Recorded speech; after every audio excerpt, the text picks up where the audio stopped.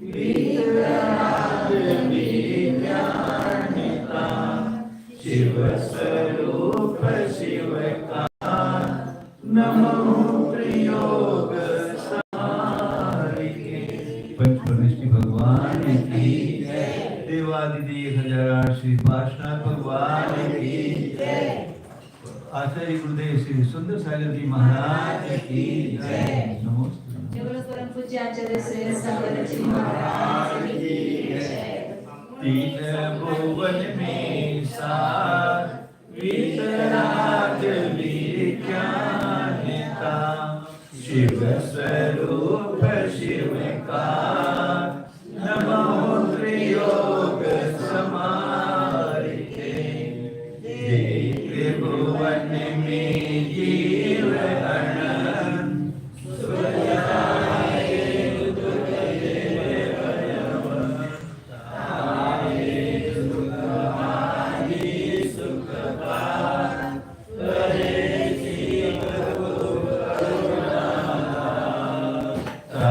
सुनो बड़ी मन तिरया जो चाहो अपनो कल्याण।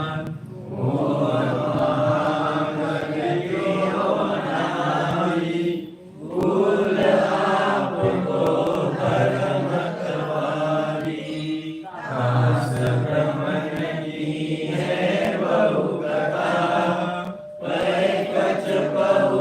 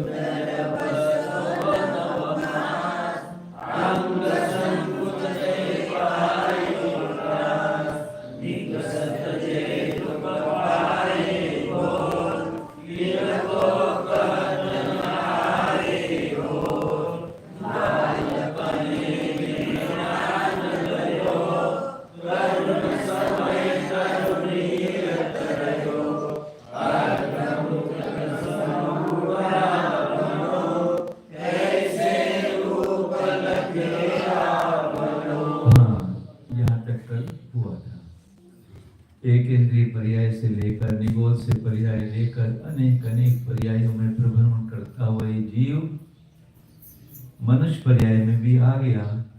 मनुष्य पर्याय में भी कितने दुख इसने सहन किए और कुछ भी अपना कल्याण नहीं कर पाया। यहां तक पहुंच गए। कितनी बार इस मनुष्य पर्याय को उदाहरण किया परंतु कल्याण नहीं हो पाया। अभी एक चिंतन चला था माता जी, इस बच्ची को देख, इस बच्ची को देखकर एक चिंतन चला था, ये बराबर रोज इसके भाव रहते कुछ नियम ले लो, कुछ नियम। इसको मैंने एक डायरी दी, तो सारे नियम अपने इस डायरी में नोट करते जाना, तेरे पास बहुत बड़ा वैभव हो जाएगा। चिंतन ये चला कि जिसकी होनहार अच्छी है उसके ही भाव नियम संयम लेने के ऐसा हो सकता है। जिसकी आगामी होनहार क्या होने वाला पता नहीं, विषयों में ही रहता है, कमाई में ही रहता है, सब रहता है, व्रत संयम लेने के भाव नहीं होते जिसके, इसका मतलब समझो कुछ ना कुछ गड़बड़ हो रहा है। हमारे अगले भाव कैसे होंगे अभी आगे बता रहे हैं 4 लाइन में। अगले भाव हमारे कैसे होंगे? आज इस उत्कृष्ट पर्याय को पाकर भी यदि हमारे भाव संयम नियम लेने के कुछ नहीं हो रहे हैं तो समझो बहुत गड़बड़ है। एक अन्य व्यक्ति में और हमारे अंदर में क्या अंतर रहा। और यहाँ तक कह दिया पशु भी अपना पेट भर लेता भैया, और हम भी पेट ही तो भर रहे हैं, पेटी भी भर रहे हैं, हम दोनों काम कर रहे हैं, पेट भी भर रहे हैं, पेटी भी भर रहे हैं। अब पशु के पास तो पेटी नहीं बिचारे गए, वो तो खाली पेट ही भरता है। आचार्य यहाँ कह रहे हैं कि इस मनुष्य पर्याय में भी कुछ नहीं किया, कैसे रूप लखे आपनो विषय भोगों में रहा, और जब बुढ़ापा आ गया, शरीर साथ नहीं दे रहा, अपने आत्म स्वरूप को जो समय देखने का था, साधना करने का था, वो सब तो निकल गया, अब तो कुछ भी नहीं बचा। फिर क्या हुआ? पढ़ते हैं, कभी अकाम निर्जरा करे, मौनत्रिक में सुरतन धरे,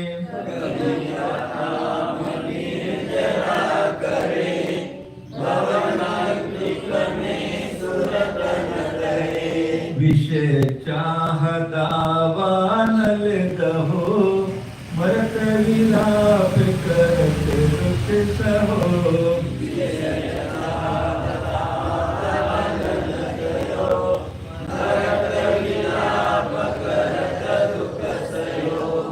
कभी अकाम निर्जरा करे,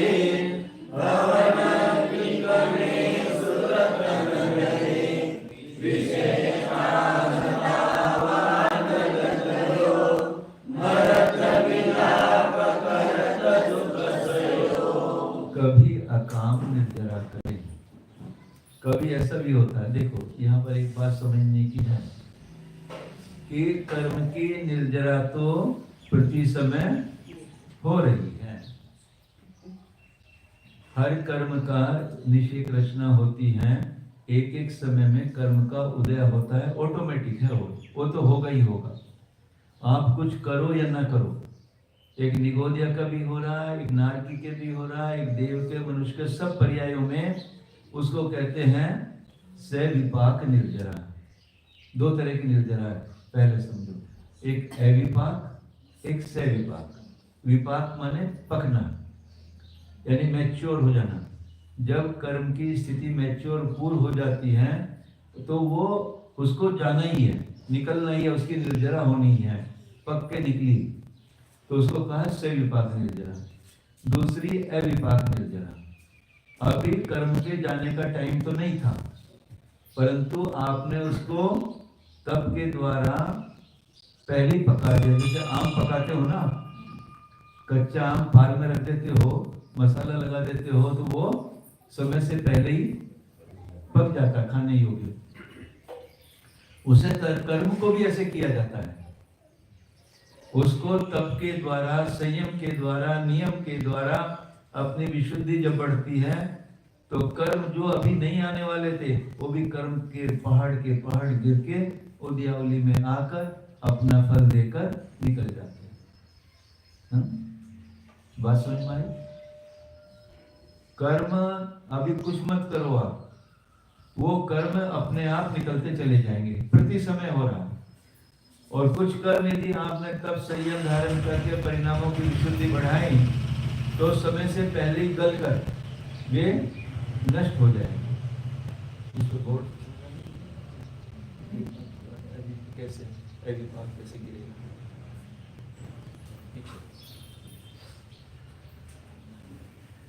फिर कौन?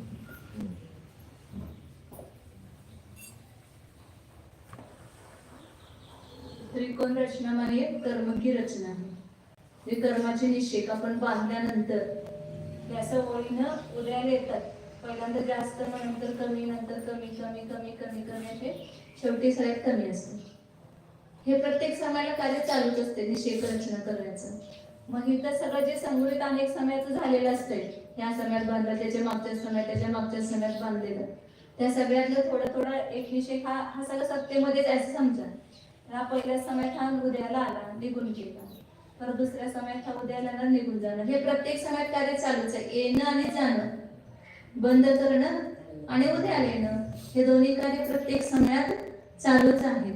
त्याच्यामध्ये फक्त परिणामाच्या निमित्तानं काय होतंय, कशा तीव्र असतील तर जास्त अनुभव आणि स्थिती बांधवणार, आणि परिणाम ते बांधलेल्याचं पण आत्ताच्या परिणामाच्या निमित्तानं त्याच्यामध्ये पण कमी शक्ती रूपून उदयाला येऊ शकते. असं अनेक घटना त्याच्यामध्ये घडतात. आचरण सांगायचं की हे सविपाक रूपानं ही अशी निर्जरा प्रत्येक समाला व्हायला लागलेली आहे. आणि मग ज्या वेळेला हा जीव विशुद्ध परिणाम करतो किंवा 5 लब्धीच्या द्वारे सम्यक्त्वाला प्राप्त करतो, त्यावेळेला त्याची अविपाक निर्जरा होते. अविपाक निर्जरा म्हणजे काय होते, त्या ठिकाणी हे एक एक समाला एक एक निश्चित उदयाला यायला लागलेले आहेत. परंतु त्यावेळेला काय होते, गुणश्रेणी निर्जरा होते. म्हणजे हे एवढे वाढतात इकडे गुणित रूपानं, इकडं आता काढायला जागा नाही जास्त, तर हे एवढेच होते पहिल्यांदा उदयाला येण्यायोग्य. परंतु आताच्या त्या परिणामांच्या विशुद्धीच्या निमित्तानं ह्या ठिकाणी हे वरचे जे कर्म आहेत ते आकर्षित होऊन तिथे एवढे आणखी वाढले. तर ही एक समय प्रबोधाची निर्जरा होणार होती, परंतु त्या ठिकाणी असंख्य समय प्रबोध, हे जे द्रव्य वाढलं ते असंख्य समय प्रमाण वाढलेलं. असंख्य समयात आपण बांधलेलं जे समय प्रबोध आहे ते एका समयात तिथे उदयाला येते, आणि ह्याच्यापेक्षा पुढच्या समयात त्याच्यापेक्षा असंख्यात पट, ह्या समयापेक्षा त्याच्या पुढच्या समयात ह्याच्यापेक्षा पण असंख्यात पट, असं अंतर्मुहूर्तामध्ये हे असंख्यात पट असंख्यात पट असंख्यात पट असे उदयाला येऊन निघून जातात. कशाच्या निमित्तानं? परिणामांची विशुद्धी, सम्यक्त्व, चारित्र्य अधिक परिणाम झाले आपले, आणि त्या परिणामाच्या निमित्ताने. आणि हे जो देशवृत्ती झाला प्रतिमाधारी, त्याचं तर हे प्रत्येक समयाला सुरू आहे, असंख्यात पट निर्जरा होणं. तुम्ही जेवायला बसा, झोपा, काय पण काम करा, आणि देश संयम असेल तर प्रत्येक समय त्याला अवस्थित गुणश्रेणी निर्जरा म्हणतात. जितका काळ तो व्रतामध्ये आहे तितका काळ सतत त्याची कर्माची निर्जरा असंख्यात पटीनं चालू असते. म्हणून त्याचं महत्व, हे सगळं आपण कर्णायोगाच्या माध्यमातून हे सगळं महत्व समजलं तर त्याचं परत त्या दिवशी महाराज सांगले अलब्धीसर वाचलं, हे सगळं प्रकरण त्या ठिकाणी आलं होतं. मग त्यावेळेला त्या लोकांचे भाव झाले की जर प्रत्येक समय एवढी निर्जरा होत असेल तर मग देश दयन धारण करणंच आपल्याला लाभदायक आहे, हितकारी आहे. ये कर्म ऊपर वाले आपके पता नहीं कितने भवों बाद, अभी नहीं कितने भवों बाद उदय में आने वाले थे, परंतु आपने तप के द्वारा, संयम के द्वारा अपने परिणामों की ऐसी विशुद्धि की, ये परिणाम यहाँ से निकलकर यहाँ पे आ गए. और इसके साथ में कितने कितने एक एक समय में असंख्यात गुना कर्म झड़ रहे हैं. कर्म जब झड़ेंगे बोझ हल्का होगा, परिणामों की विशुद्धि बढ़ती बढ़ती बढ़ती जाएगी, और ऊपर के कर्म बराबर नीचे आते जाएंगे, कर्मों का बोझ. परंतु ये हुई अविपाक. अपनी कौन सी चल रही है? कोई नियम नहीं है, कोई संयम नहीं है, कुछ पालन नहीं कर रहा, पशुओं की तरह अपना पेट भरने की बस लगी है और कुछ भी हमें कुछ होश ही नहीं है। देखो जिनागम कितनी कितनी चीजें हमको बताता है। ये अविपाक निर्जरा, सविपाक निर्जरा तो अभी कभी अकाम निर्जरा का शब्द लिया है। अकाम निर्जरा आकाम निर्जना मतलब ये मिथ्या दृष्टि जो है वो करता है, वो जैसे कर्म का उदय आया है तो भोगना ही पड़ेगा, लेकिन एक जीव संकलेश परिणाम से भोग रहे हैं तो उसकी ज्यादा निर्जरा नहीं होगी। और कोई बिना इच्छा के मतलब इच्छा पूर्वक तप नहीं किया, लेकिन अपने आपने स्वतःहून जर समजा असं काहीतरी पाप कर्माचा उदय आला तर त्याला तुरुंगात टाकलं, ते शांतीने राहिला तिथं. घरात समजा कोणी सासू सासरे नवरा त्रास देतोय तर ती बाई शांतपणे सहन करते. इच्छा नाही एक सहन करायची, परंतु आले उदयाला तर शांतीने सहन करायचं असं म्हणून ते शांतीने सहन करते, तर त्याला आकाम निर्जरा म्हणतात. म्हणजे न इच्छा नसताना निर्जरा. ज्ञानी जो करतो तो कशी सकाम निर्जरा, जे इच्छापूर्वक स्वतःच्या तपालिकाच्या द्वारे निर्जरा करतो ती सकाम निर्जरा. यानी अकाम निर्जरा भी करी इसने, सहन भी किया, तो क्या हुआ? भवन त्रिक में सुरतन धरे, भवन में, भवन त्रिक यानी दुर्देव दुर्गति कहा उसको। भवनवासी, व्यंतर और ज्योतिषी तीन निकाय के देव हैं। इनमें मिथ्या दृष्टि ही नियम से जन्म लेता है। सम्यक दृष्टि भवनत्रिक में जन्म नहीं ले सकता, इसको देव दुर्गति भी कहा है। हाँ, अकाम निर्जरा के कारण अकाम परिणाम उसने संभाले ना, अपने सहन किया, उसके कारण वो भवनत्रिक में चला गया। अभी देखो यानीमतियों के साधु होते हैं, सिर पे जटाई जड़ी हुई हैं, एक पैर से खड़े हुए हैं, भोजन पानी भी कुछ कर रहे नहीं कर रहे, कितना करते, पर क्या है? मिथ्यात्व के कारण। उन्हें अपनी आत्मा का भान नहीं है, तब कर रहे हैं मिथ्यात्व। उस कारण से भवनत्रिक में भी चले गए, सुरतन भी धारण कर लिया। भवनत्रिक में भी ऐसा नहीं है, भोगों की प्रचुरता, मकान भी बढ़िया रत्नों के उनके पढ़ो, हाँ खूब, परंतु मिथ्यात्व के कारण उन्होंने भवनत्रिक में जन्म, कोई भी सम्यक दृष्टि जीव भवनत्रिक में जन्म नहीं लेता। तो भवनत्रिक में सुरतारण धारण किया, तीन निकायों में विषय चाह दावानल दहो, इतनी विषयों की प्रचुरता है वहां, और उसके भट्टी भी अंदर जली हुई है विषयों को सेवन करने की। भवनत्रिक में ऐसे विषयों की जो दावानल थी, उसके अंदर से उसको वो हुआ मरत विलाप करत दुख सहो। अब मरने का समय आया, आयु पूर्ण हुई, पहले पता लग गया 6 महीने पहले। तो ये सुख, ये देव के पर्याय के सुख, ये भोग मुझे अगली पर्याय में नहीं मिलेंगे। उसके कारण इतना विलाप करते हैं और इतना कष्ट होता है। एक जगह एक आदमी ने उदाहरण दिया था, जब शास्त्र स्वाध्याय में बैठे थे, कि देवों को कैसा दुख होता है। 2 आदमी, एक आदमी इधर से हाथ पकड़ा, एक हाथ में पैर, और कढ़ा समझते हैं ना, तेल का, उबलते हुए तेल का कढ़ा है, और उसको उस कढ़ाई में से निकाल रहे हैं। ऐसी वेदना जैसी होती है, ऐसी वेदना मरण के समय उस देव को होती है। ये सुख कहाँ मिलेंगे, ये कहाँ होगा, ये कितनी वेदना करता है। इतना काल मैंने यहाँ पे बिता लिया है, अब कहाँ जाके पढ़ूंगा, कहाँ जाएगा अभी बताएंगे आगे।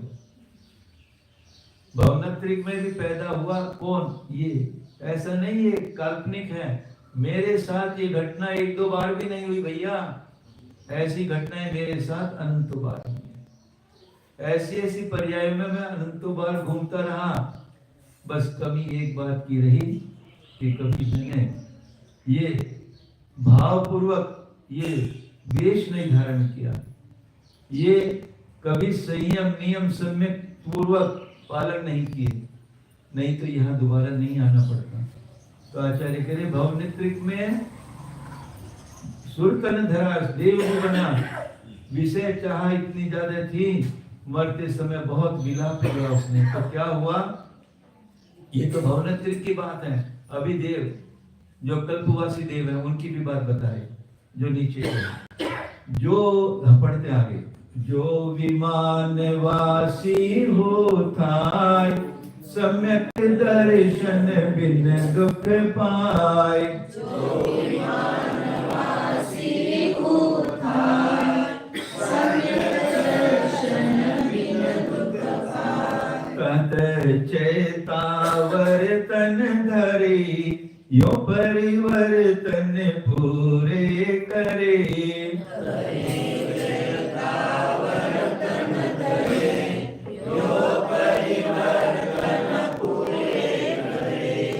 जो विमानवासी होता सम्यक दर्शन बिन दुख पाए, हरे चेतावरतन धरे, यो परिवर्तन पूरे करे। चार निकाय के देव होते हैं। 3 निकाय की तो बात हो गई, भवनवासी, व्यंतर, ज्योतिषी। ज्योतिषी तो समझते हो ना कौन से देव होते हैं? सूर्य, चंद्र, नक्षत्र, सब तारे वगैरह सब ज्योतिषी देवों में आते हैं। इन देवों में भी मिथ्यात्व पूर्वक ही जन्म लेना पड़ता है। तो इनकी तो बात तीनों को होगी। चौथा निकाय कल्पवासी, जो ऊपर कहां से शुरू होते हैं? मेरु पर्वत की चूली का 40 योजन की, उसके ऊपर एक बाल के डिफरेंस से पहला विमान है। स्वर्ग का पहला विमान है कल्पवासी देवों का। जो विमान में भी मेरी में उत्पन्न हुआ, विमान मानी 16 स्वर्ग और 9 ग्रीवक, अनुत्तर, अनुदिश और सर्वासिद्धि। ऐसे ये विमानवासी देव। इनमें से जो विमानवासी देव भी बना तो उसमें भी क्या हुआ? सम्यक दर्शन बिन दुख पाए। सम्यक दर्शन के बिना भी कितने विद्या दृष्टि हैं जो विमानवासी देव भी हैं, 9 ग्रीवक तक भी है, पर वहां पर थोड़ी थोड़ी विशेषताएं हैं। ये मिथ्या दृष्टि जीव वैसे तो होते हैं 9 ग्रीवक तक, पर सब जीव 9 ग्रीवक तक नहीं जाते हैं। अभी जब पढ़ रहे थे जीवकांड में, आगे में मिथ्या दृष्टियों की संख्या कम होती चली जाएगी, क्योंकि उनका भागलाभ बढ़ता जाता है। 12वें स्वर्ग तक सम्य दृष्टि कम और मिथ्या दृष्टि ज्यादा, और 13वें स्वर्ग से मिथ्या दृष्टि कम और सम्य दृष्टि ज्यादा। हाँ, पर उनमें भी माता जी जितने सम्य मिथ्या दृष्टि पहले दूसरे स्वर्ग में होंगे, तीसरे चौथे में उससे कम, 5वें छठे में उससे कम। तो उनके जितनी संख्या उसके अपेक्षा से उसके बहुगा। हाँ, यानी आगे के स्वर्गों में जैसे सुधर्म स्वर्ग में है 100 देव हैं, तो उसमें से मिथ्या दृष्टि ज्यादा होंगे, सम्यक दृष्टि कम होंगे। और ऊपर के देवों में फिर उनकी संख्या घटती जाती है, पर उनकी जो संख्या है उसमें से भी मिथ्या दृष्टि ज्यादा है, बहुत ज्यादा है। तो करते करते इतने भी ये जीव वहां भी मिथ्या दर्शन के बिना, मिथ्या दर्शन के साथ दुख भोगता रहा, कर्म उत्पन्न करता रहा। वहां भी क्या मिला इसको? जो विमानवासी होता है सम्यक दर्शन बिन दुख पाए। सम्यक दर्शन के बिना वहां पर इसने दुख ही दुख प्राप्त किए। मतलब क्या हुआ? भोगों को ही सुख मानता रहा, इतनी प्रचुरता भोगों की है, उसका दिमाग कहीं जाता ही नहीं था धर्म में। और जो सम्यक दृष्टि जीव है वे अपनी आत्मा का सद्धान ज्ञान भी करते हैं और चर्चा भी करते हैं। जो सम्यक दृष्टि देव हैं आपस में चर्चा भी करते हैं, पूरा समय निकलता है उनका ऐसा सम्यक दृष्टि जीवों का। तो सम्यक दर्शन के बिना इस जीव ने वहां तक भी 9 ग्रीवक तक भी, वहां मुनि जाते हैं भैया 16वें स्वर्ग के ऊपर 9 ग्रीवक में मुनि ही जाते हैं। मिथ्या दृष्टि तो और सम्यक दृष्टि तो नमक। मिथ्यात्व पूर्वक यदि मुनि है, द्रव्यलिंगी है, तो यदि उसने देवायु का बंध किया, परिणामों की थोड़ा बढ़ाया भी, तो 9 ग्रीवक अंतिम ग्रीवक तक भी जा सकता है। 13वें स्वर्ग से भी हाँ सामान्य संयम ही नहीं जाता है, हाँ व्रती संयम ही जाएगा। हाँ वृद्धि जाएगा। देखो कितनी बड़ी, ये त्रियंच भी संयमी होकर 16वें तक जा सकता है। मतलब त्रियंच यदि प्रतिमाधारी है, संयम ले लिया उसने, 16वें स्वर्ग तक जा सकता है। संयमी की ऐसी संयमी त्रियंच भी 16वें स्वर्ग तक जा सकता है। और उसके ऊपर जो 9 ग्रीवक हैं, वहां केवल मुनि ही जाते हैं। नीचे भी जाते हैं मुनि, पहले स्वर्ग से भी जाते हैं। सम्यक दृष्टि मुनि पहले स्वर्ग, दूसरे स्वर्ग, सब मिथ्या दृष्टि भी जाते हैं सब। तो कहने का तात्पर्य यह है कि मिथ्या दर्शन के कारण, मिथ्यात्व के कारण इस जीव ने कहीं भी सुख नहीं। और विशेषता, पहले दूसरे स्वर्ग में भी चला गया, मिथ्यात्व में रहा, भोगों को भोगा, क्या हुआ? एक इंद्रिय स्थावर पर्याय में आ सकता है भैया। देव पर्याय से एक इंद्रिय, पेड़ पौधे, पृथ्वी जल, अग्नि और वायु में तो नहीं जाता। पृथ्वी जल और वनस्पति इनमें जाएगा। देव बने तो क्या हुआ? 4 दिनों की चांदनी, फिर विकृपा जाली, समझ रहे ना? 4 दिनों में तो खूब राज कर लिया, भोग लिए, फिर वही कृपा जाली, फिर गरीब बन गए। गरीब बन गए मतलब एक इंद्रिय बन गए। कहां से यात्रा प्रारंभ हुई थी? एक इंद्रिय से हुई थी। एक इंद्रिय में देव पर्याय करते भी फिर एक इंद्रिय में पहुंच गए। कितनी महिमा संयम की गाई है। सम्यक के साथ संयम की महिमा, देव भी उसकी महिमा गाते हैं। हम तो कहते कहते 20 दिन हो गए आपको, पर किसी जीव के बाद इतने से संयम लेने के विभाव नहीं बने।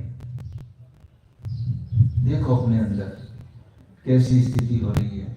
तहाते चेतावर तन धरे, उस देव पर्याय से भी एक इंद्रिय है, पहले दूसरे स्वर्ग तक के देव और भवनत्रिक, ये देव पर्याय के जीव ही एक इंद्रिय, दो इंद्रिय, एक इंद्रिय में जाएंगे, ऊपर के नहीं।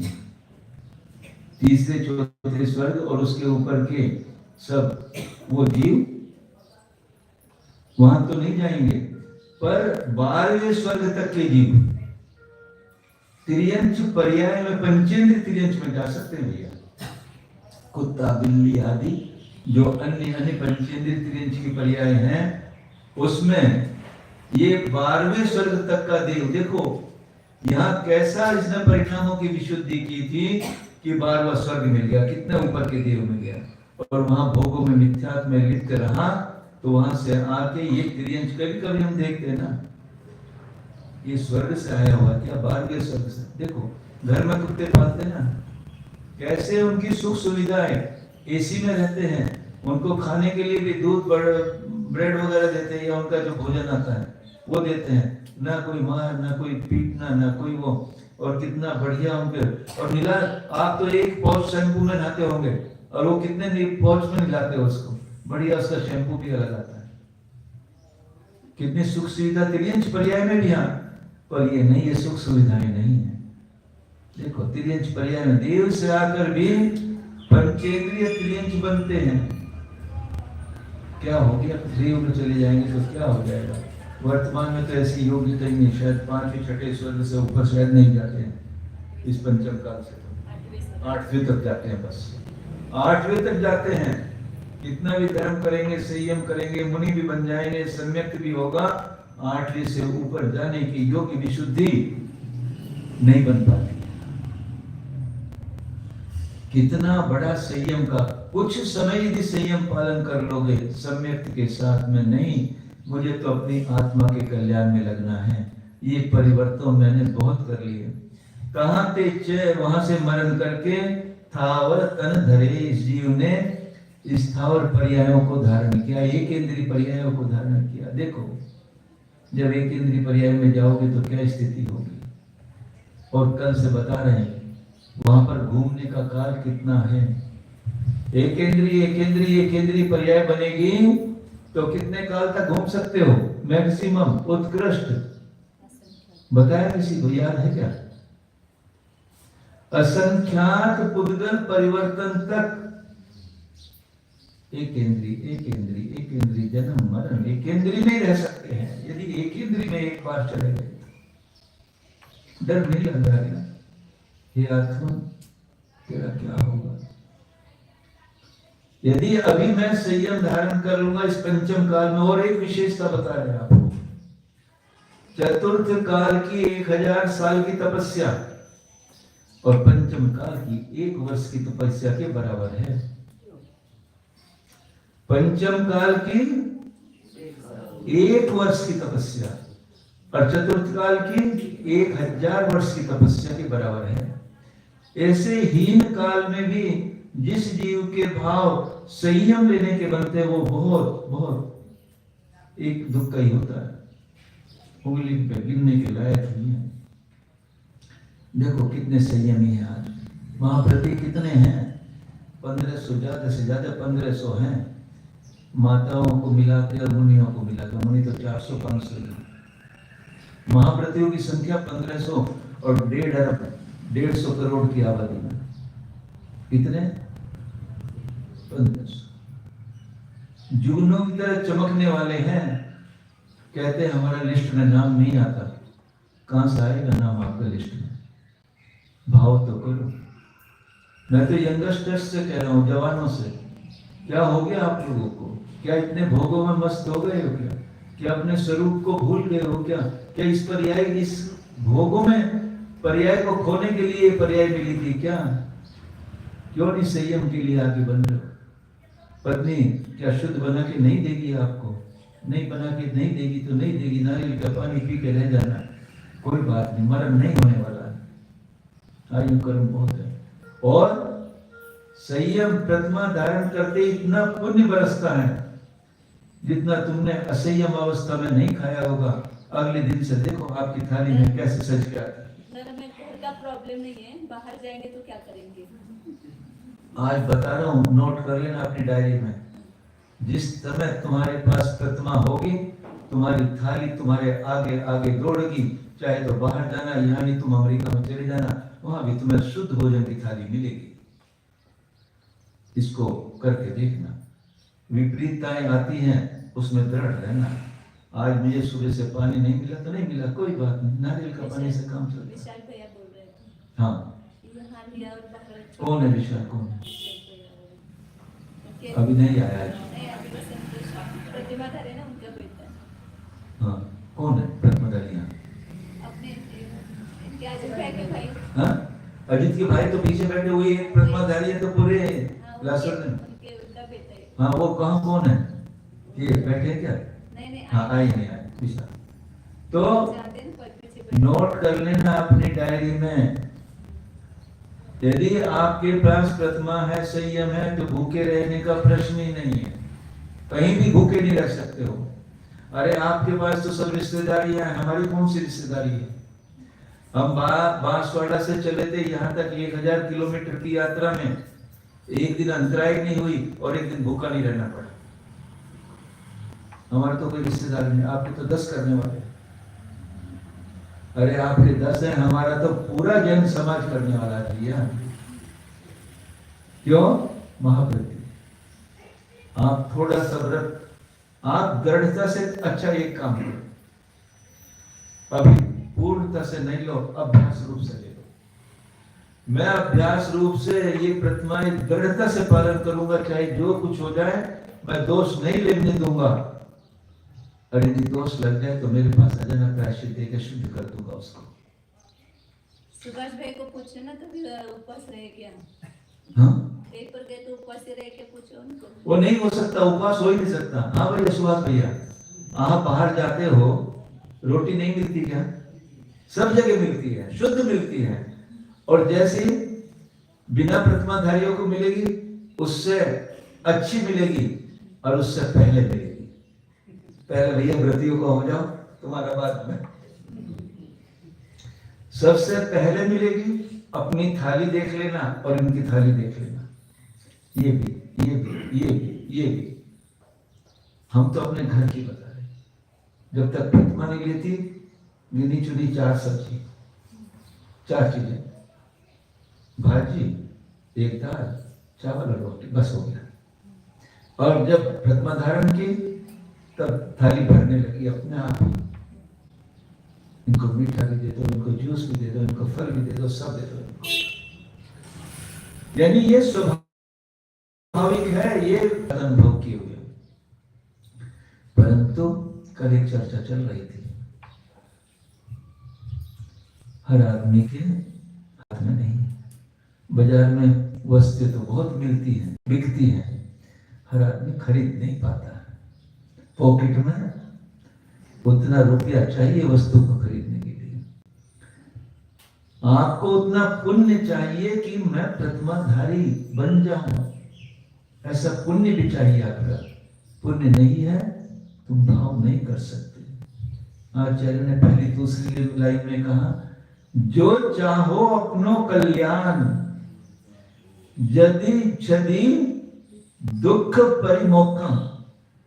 तीनों गाथाओं, तीनों जगह, प्रवचन सार में, समय सार में, पंचास्त्र आचार्य कुंत भगवान ने अपनी गाथाओं में दिया। यदि छदी दुख परिमोक्षम, यदि तुझे दुख से परिमोक्षम, परिमोक्षम परिपूर्ण रूप से मुक्त होने की तेरी इच्छा हुई है, तब तो तू ये काम कर, नहीं तो संसार में रहने से तुझे कोई रोकने वाला, यहां कोई मना नहीं करने वाला। असंख्यात पुद्गल परिवर्तन करके 10 पर्याय पाना, फिर असंख्यात पुद्गल कर परिवर्तन कर लेना, कोई मना नहीं करेगा भैया तुम्हारे लिए यहाँ कोई स्थान नहीं है, कोई करने वाला नहीं। नहीं, इस आत्मा को कब तक घुमाते रहोगे इस संसार में? कितने दुखों में इसको रखोगे? अपनी प्लानिंग करो, अब तो संयम धारण करो और इस संसार से बाहर निकलने का प्रयास करो। बोले आचार्य गुरुदेव सुंदर सागर जी महाराज की जय। ये ढाल भी पूर्ण हो गई, परिवर्तन भी पूर्ण हो गया। अब आपके हाथ में है कि अगला परिवर्तन करना है या नहीं करना। ये 10 पर्याय के 2000 सागर मेरे अब पूर्ण नहीं होने चाहिए, उससे पहले ही मुझे मोक्ष हो जाए। अब एक इंद्रिय पर्याय के असंख्यात परिवर्तन मुझे नहीं करने। ये 6 ढाला का दूसरी ढाल कल से इसी समय होता रहना चाहिए। माता जी की भावना हमारी भी भावना है, और इसको बराबर देखो, अंदर बहुत लघु समय सार कहा है इसको, 6 ढाला को, इसमें बहुत भरा हुआ है। अभी तो छोटी बात कही, अब आगे आगे की ढाल में बहुत अंदर बहुत गूढ़ विषय है।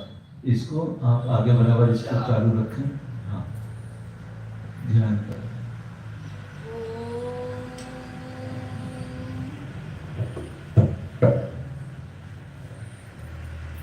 जाना हा मी शुद्ध चैतन्यमय जीवच आहे। माझी रचना कोणत्या रूपाने आहे हे जाणा। त्या पुद्गल परमाणु रूपाने माझी रचना नाही। राग द्वेष मोहादी भावाने माझी रचना झालेली नाही। माझी म्हणजे आत्म्याची जीवाची ज्ञानाच्या द्वारे झालेली रचना आहे। अनंत गुणमय रचना आहे, त्यामध्ये ज्ञान मुख्य आहे। तर माझे संपूर्ण प्रदेश ज्ञानमय आहे। स्वतःला ज्ञानमय अनुभव करा। हा ज्ञानाचा गोळा आहे, गोळा अनंत गुणांचा पिंड आहे। अशा अंतरंगामध्ये त्या वस्तूचे भावभासन करा। ज्ञान आपल्याला दिसत नाही, अनुभवाला येते। अज्ञानमय आत्मा अनुभवाचा विषय आहे। तो आपल्या इंद्रियांचा विषय नाही. इंद्रियाने पुद्गल दिसते, अमूर्तिक अतिंद्रिय वस्तू दिसत नाही, ती अनुभवाला येते.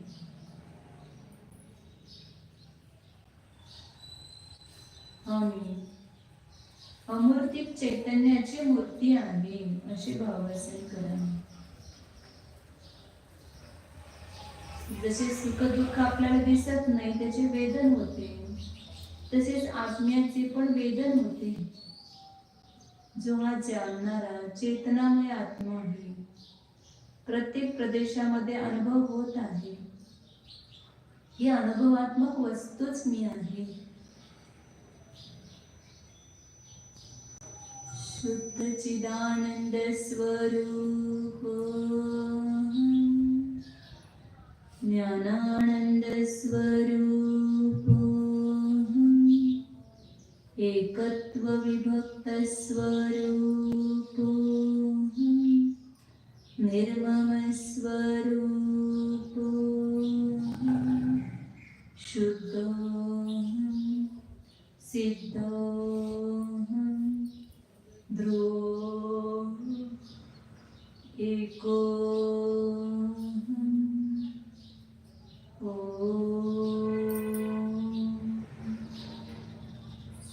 विसर्जन. नमो